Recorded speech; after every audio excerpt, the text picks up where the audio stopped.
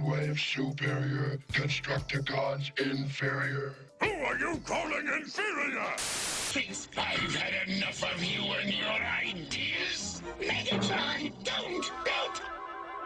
I'm too valuable.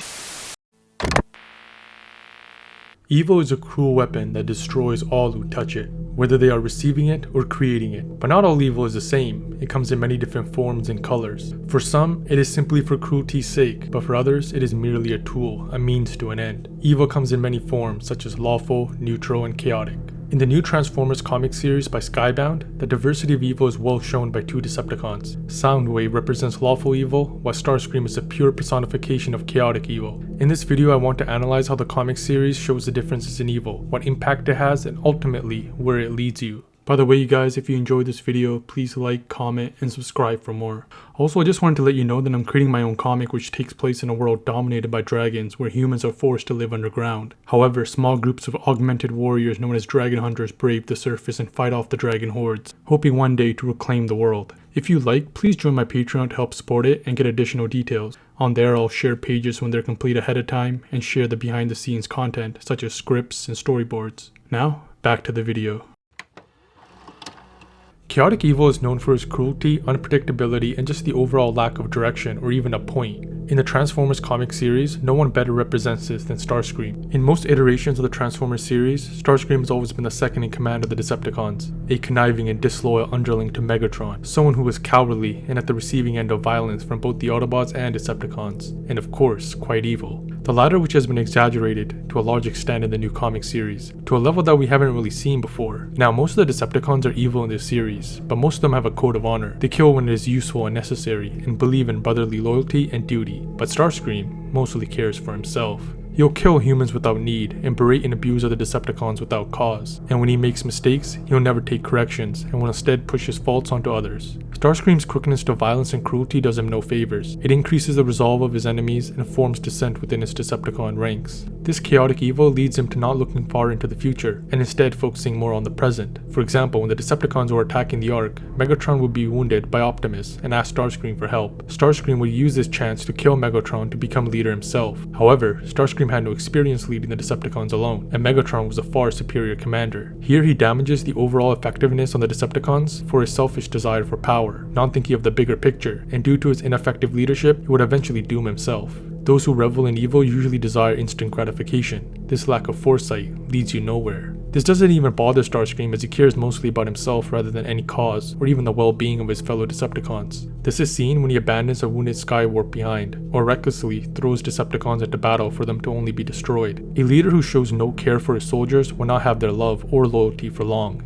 Furthermore, when Soundwave tries to repair his underling known as Ravage, Starscream kicks him aside without even considering how this would affect his relationship with Soundwave. I mean, if you kick your friend's dog, I doubt you'd be friends for long. These actions weaken his forces and his position within the Decepticon hierarchy. Ultimately, this leads the Decepticons to their lowest point, and Starscream's comrades quickly realize that a change in leadership is needed. Either they replace the chaotic evil that is Starscream or perish altogether and admit defeat to the Autobots. Again, the Decepticons are not opposed to evil itself, as long as it is done with thought, purpose, and ultimately in line with their code of honor. A code of honor that espouses ideas such as brotherhood, duty, strength, courage, and loyalty between them all. 5 qualities that Starscream reviles, for he's only dutiful and loyal to himself and has no strength or courage. The last two are well shown when Soundwave finally challenges Starscream for the leadership position. Here Starscream shows his true colors again. He refuses to step down for the good of the Decepticons. When the fight begins, he is battered easily and even begs for mercy, but these cries are fake, and he attempts to use this as a ruse to get a surprise attack on Soundwave. Before Soundwave throws him off a cliff, he references how Starscream kicked his Ravage. Starscream's chaotic evil comes around to haunt him. In the end, Starscream's chaotic evil allowed him to rise through the ranks and gain power quickly, but this power was established on a shaky foundation. Starscream fell just as quickly as he rose, because he failed to think long-term, establish loyal relationships with his underlings, and make decisions that benefit the Decepticons rather than himself. At the end of the day, chaos only leads to further chaos. This is in direct contrast to the more ordered and lawful evil of Soundwave and most of the other Decepticons. You see, like Starscream, they are no less willing to kill and destroy, but only with purpose. When Soundwave and Thundercracker attack a US aircraft carrier to steal his nuclear reactor, Thundercracker originally allows the humans to escape.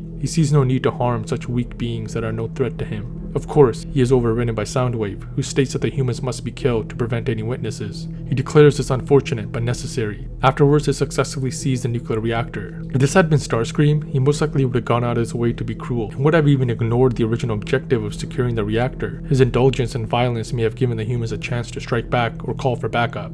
But for Soundwave, this isn't about pleasure.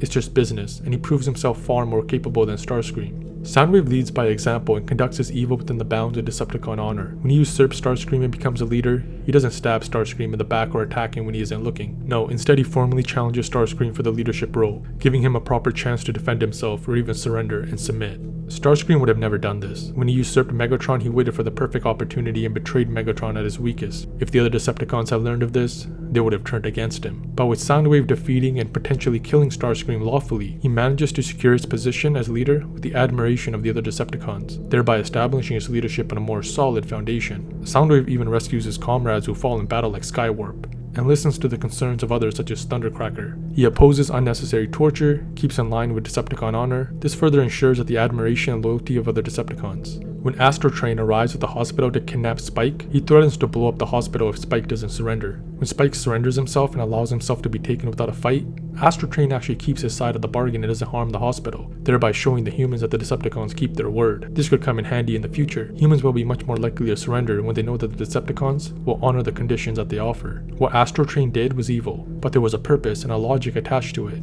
For example, during World War II, the Germans were much more likely to surrender to the Western Allies than the Soviets. This is because that they knew that they would be treated better. It is always wise to treat your enemy well, because it makes it much more likely for them to surrender than resist, thereby making your war much easier. Another difference between the two is that Soundwave is willing to put his personal feelings and need for power aside for the greater good. For example, Soundwave tolerates Shockwave's dishonorable methods such as torturing prisoners and wanton destruction because he needs Shockwave's technical knowledge and resources. This is something that Starscream most likely would have been incapable of doing. His narcissism and desire to always be on top would have most likely soured their relationship from the beginning, thereby creating another enemy. To end things off, the Transformers comic series shows us the different levels of evil and what impacts it has upon the world and other people. Starscream's chaotic evil allows him to rise through the ranks quickly by betraying Megatron and anyone else that gets in his way, but he also alienates his allies and weakens his power base. His desire for personal gain leads him to make decisions based on impulses and short-term gain, thereby dooming himself in the future. Compared to Soundwave, who is willing to play the long game and treat his allies well. He creates destruction and kills others, but only when necessary and within the boundaries of an honor system, thereby ensuring that he doesn't waste his time with unnecessary destruction and create more enemies. It ensures a sounder power base and a greater chance of success for the Decepticon cause. In addition, exercising evil within a proper rule-based system makes you more predictable and will make your allies more comfortable. This is because that they don't have to worry about you randomly inflicting evil upon them. Overall, Soundwave is a much more dangerous leader than Starscream could have ever been. Well, ladies and gentlemen, that's my video and what I wanted to share with you all. If you enjoyed the video, I would appreciate it if you could like, comment, subscribe, and let me know what you thought about the video.